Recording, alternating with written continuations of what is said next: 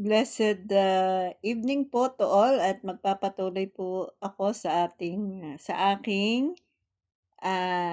pagbabahagi ng aking devotion tonight at ang ating pong topic ngayon ay matatagpuan sa Matthew chapter 2. Ito po yung pagdalaw sa Panginoong Hesus. So medyo ah ah marami akong ni-research ngayon patungkol sa ilang bagay patungkol dito sa aking babasahin.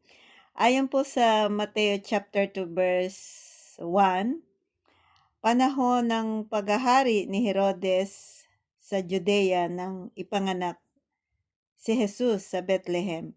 Nang siya'y isilang, may mga matatalinong taong mula pa sa silangan ang dumating sa Jerusalem. Nagtanong-tanong sila kung nasaan ang ipinanganak na hari ng mga Hudyo. Nakita namin sa silangan ang kanyang bituin, kaya't naparito kami upang siya'y sambahin. Nang mabalitaan ito ni Haring Herodes, siya'y naligalig, gayon din ang buong Jerusalem. Kaya tinipon niya ang lahat ng mga punong pari at mga tagapagturo ng kautusan at sila'y tinanong, "Saan ba isisilang ang Kristo?" Tumugon sila, "Sa Bethlehem po, sapagkat ganito po ang isinulat ng propeta.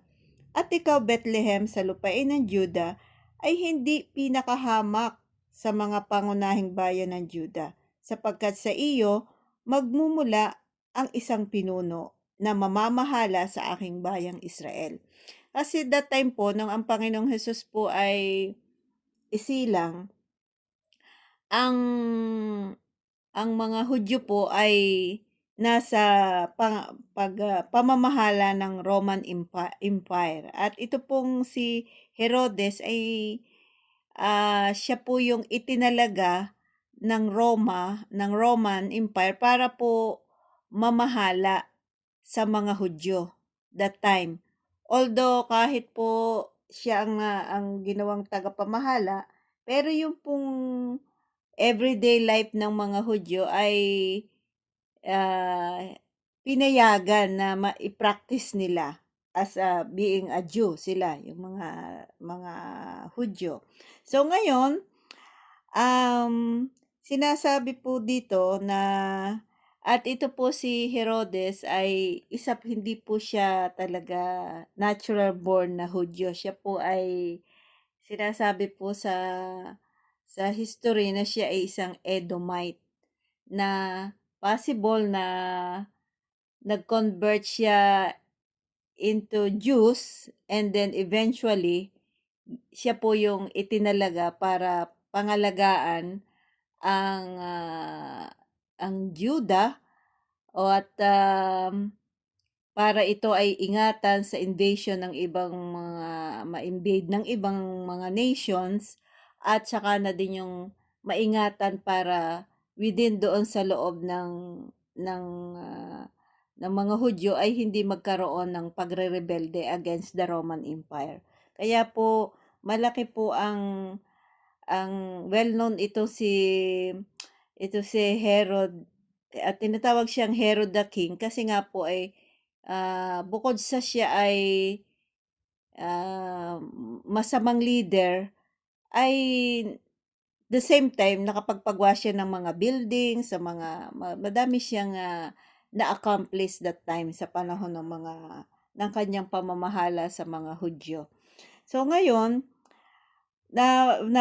nabasa natin dito na nabanggit din po dito sa ating binasa naman yung tatlong wise men. Medyo hindi po nabanggit ang sabi lamang po dito sa mga wise men nito ay sila po ay mga taga-east sa bandang silangan ng Juda ang sila nanggaling at sinasabing sila ay wise men o matatalinang mga tao at hinahanap nila yung ang Panginoong Hesus na isisilang. At I don't know, possible itong mga wise men na 'to, nakakabasa sila ng mga nangyayari sa kalawakan at saka matatalino, kumbaga mga scholars sila. may ability silang mag-aral ng mga nangyayari o mga pangyayari sa hinaharap. At possible, dahil nga sila matatalino tao, maaaring nagbabasa din sila ng Bible, kaya nalaman nila din yung, sila ay, ito personal ko lang maaaring sila ay, dahil nagbabasa din sila ng Biblia, alam nila na merong ipanganganak na,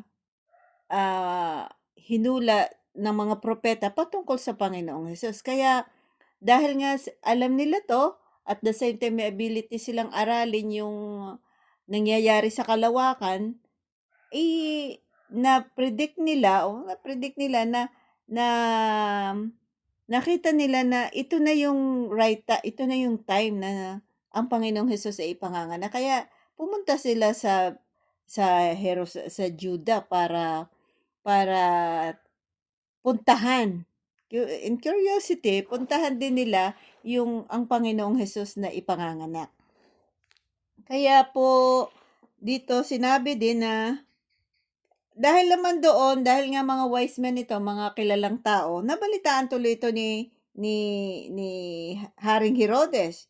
At siya ay naligalig dahil nga po, ah pati yung mga taga Jerusalem naligalig din sila, sabi, "Sino itong haring ito na ipadadala?" Sabi kasi may ganito po ang sinabi, "At ikaw Bethlehem, sa lupain ng Juda ay hindi pinakahamak sa pangunahing bayan ng Juda, sapagkat sa iyo magmumulang isang pinuno na mamamahala sa aking bayang Israel." Nalaman na curious din pati si Haring Herod na, ay magkakaroon ng bagong hari ang ang bayang Israel, eh, di possible mawala siya dun sa trono dahil ito yung thinking ng isang tao na, may papalit na pala sa akin dahil ito pala ay pinredict o inihula na magiging hari ng Israel.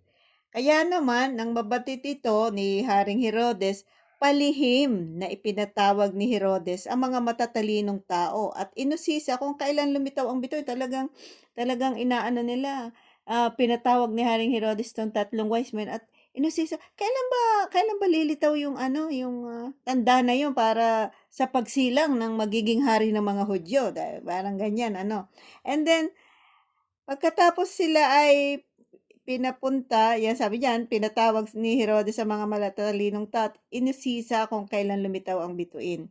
Pagkatapos sila'y pinapunta niya sa Bethlehem na ganito ang bilin. Sabi, binilinan pa sila, hanapin ninyong mabuti ang sanggol at kapag natagpuan ninyo siya, ipagbigay alam agad sa akin upang ako man ay pumunta ro't sumamba rin sa kanya. Talagang possible nalaman din niya through this wise men na gusto nilang makita talaga ang Panginoong Hesus para masamba nila. And then, siya naman nagpe-pretend na, "Oh, sige 'pag nakita niyo sabihan ninyo din kaagad ako para masamba ko din." Sabing gano'n. And then pagkarinig sa bilin ng hari, sila'y nagpatuloy na sa paghahanap. Sila'y pinangunahan ng bituing nakita nila mula sa silangan. Ganoon na lamang ang kanilang kagalangan at ito, nagalak talaga yung mga wise men nang makita nilang tumigil ang bituin sa tapat ng kinaroroonan ng bata.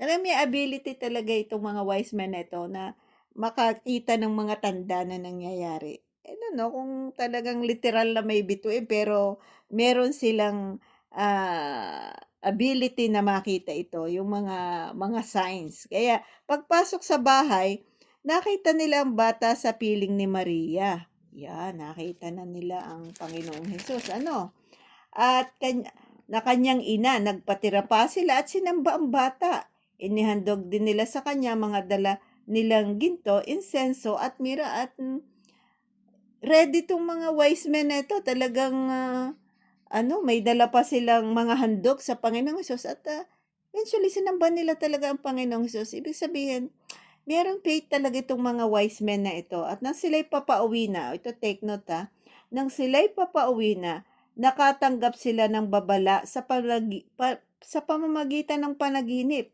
Sinabi sa panaginip na huwag nang bumalik kay Herodes. Kaya't nag-iba na sila ng daan pauwi. Kaya naman, dahil doon, iniba nang magkaroon ng panaginip itong mga wise men na ito, na inalaan sila o sinabihan sila ng Panginoon na huwag silang babalik kay Herodes kasi, talagang alam ng Diyos kung ano yung motive ng isang tao kung bakit, maagap na balaan na yung mga wise men. And then, dahil doon, ang susunod nating babasahin yung sa verse 30 na yung pagtakas papunta sa Ehipto na ipanganak na ngayon ang Panginoong Hesus. Hindi, bago pala ito, meron pa akong nakalimutan, yung sa Bethlehem. Sabi dito na, meron ditong sinabi na,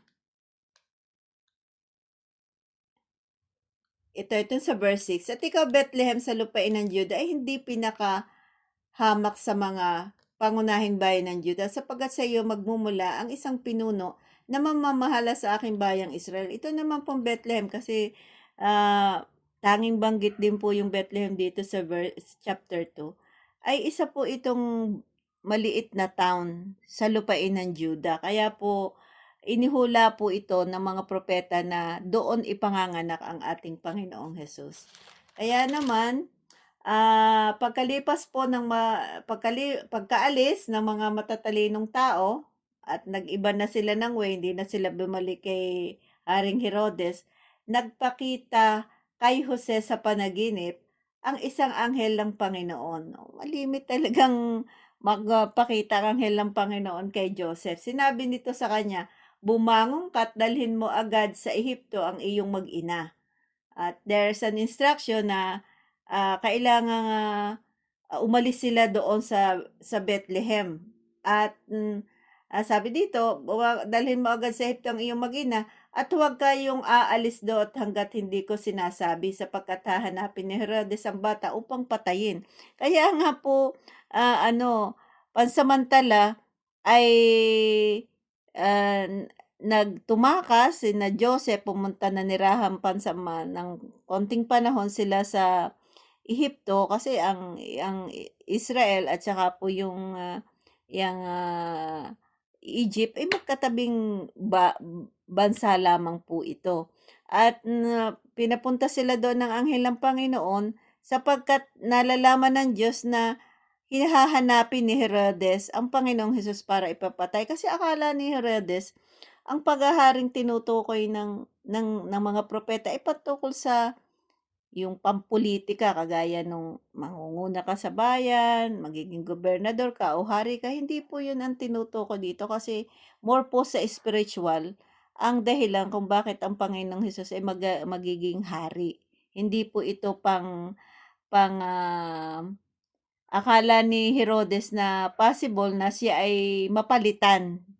Kasi may mga anak siya, kasi ang thinking niya talaga yung mga anak niya ang susunod na magmamana ng kanyang pagiging hari, hindi ang Panginoong Hesus. Kaya, sinik ni Herodes ang Panginoong Hesus, ang Panginoong Hesus ay baby pa para ipapatay na kaagad, para, hindi maging threat do'n sa kanyang pagiging hari.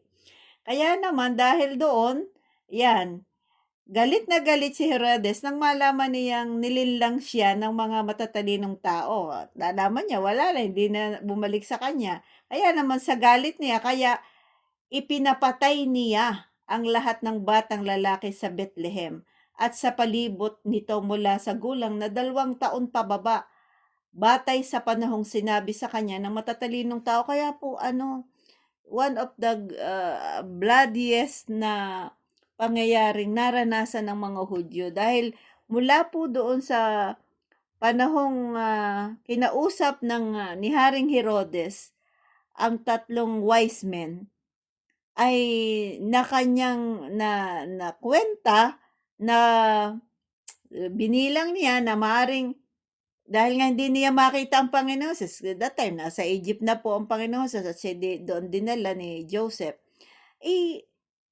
Lahat ng mga bata na lalaki sa Jerusalem na magmula sa 2 taon pababa ipinapatay ni Haring Herodes. So, it's so very one of the most, isa rin sa isang napaka-painful na pangyayari sa mga Hudyo. Kaya naman po, sa gayon, ito po ay natupad din yung sinasabi ni Propeta Jeremias. Si Propeta Jeremias pala po ang humula nito, na sinabi niya doon sa hula niya na, narinig sa Rama ang isang tinig, tinig ng pananangis, ng malakas na panagoy. Talagang nagkaroon ng panagoy ang mga magulang, lalo na yung mga ina. Tinatangisan ni Raquel ang kanyang mga anak at ayaw niyang paaliw sapagkat patay na sila. Nagkaroon ng malawakang pagpatay sa mga bata na mga Hudyo dahil doon sa inakala ni Herodes na aagawin sa kanya ng Panginoong Hesus yung paghahari, pagiging hari doon sa Juda o doon sa mga Hudyo. At dahil doon ay nagkaroon ng malawakang pagpatay, which is eventually noong na sa ginawa ni Herodes na maraming kasamaan, pinagbayaran din naman niya ito. And then pagkatapos po nito, the last chapter nitong ng chapter 2 verses ng chapter 2, sinasabi po dito na pagkamatay ni Herodes, kasi namatay na po si Herodes, napakita kay Jose sa panaginip ang isang anghel ng Panginoon. Napakita na naman, this is the third time, habang siya ay nasa Ehipto. Sinabi sa kanya ng anghel, okay, Jose, bumangon ka na, iuwi mo na sa Israel. Ibig sabihin, maggaya ka na o mag-ready ka na. O, kahit ang sinabi dito, bumangon ka na, kasi natutulog siya at kinausap, iuwi mo na sa Israel ang iyong mag-ina, sapagkat patay na ang mga nagtatangka sa buhay ng bata. Kaya't bumangon nga si Jose at iniuwi na sa Israel ang kanyang mag-ina. At kita talaga natin, napaka-obedient talaga nito si Jose, Ngunit nang mabalitaan niyang naghahari sa Judea si Archilao na anak ni Herodes, you see, na ang sumunod na nagmana ng trono ni King Herodes, ni Herodes the Great o Herodes the King, yung kanyang anak. So ngayon, sabi dito, at dahil binigyan siya ng babala, sabi niya, at dahil at dahil binigyan siya ng babala sa kanyang panaginip, sila'y tumuloy sa Galilea.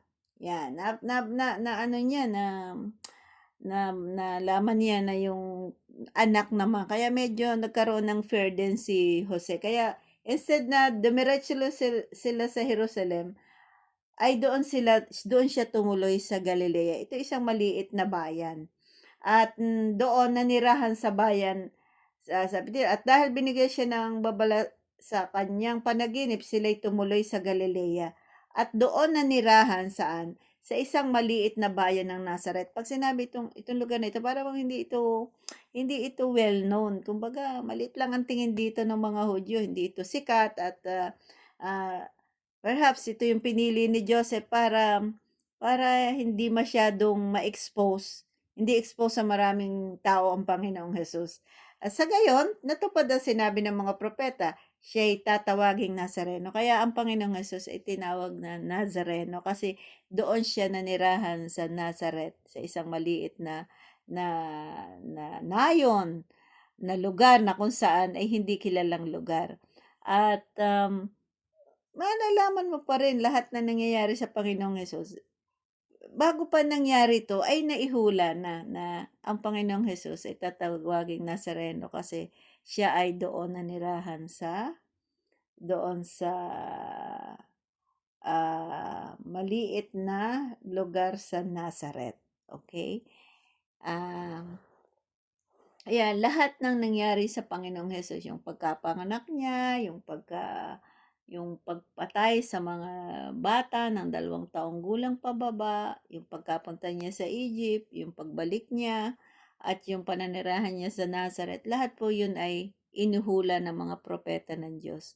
Kapag sinabi pong propeta ng Diyos, sila po ay mga lingkod ng Panginoon o mga kumbaga spokesperson. At malalaman po natin na hindi lang isang propeta ng Diyos ang humula sa Panginoong Hesus. Marami po, si Jeremias, sa Isaiah, marami po, mababasa niyo po yan sa Lumang Tipan.